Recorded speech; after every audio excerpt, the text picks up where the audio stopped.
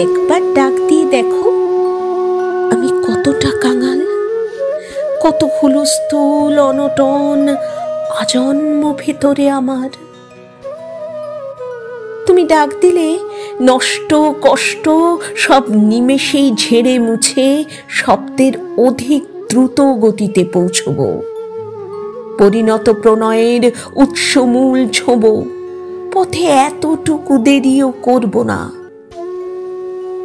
তুমি ডাক দিলে সীমাহীন খাঁ খাঁ নিয়ে মরুদ্যান হব। তুমি রাজি হলে যুগল আহ্লাদে এক মনোরম আশ্রম বানাবো। একবার আমন্ত্রণ পেলে সব কিছু ফেলে তোমার উদ্দেশ্যে দেব উজাড় উড়াল।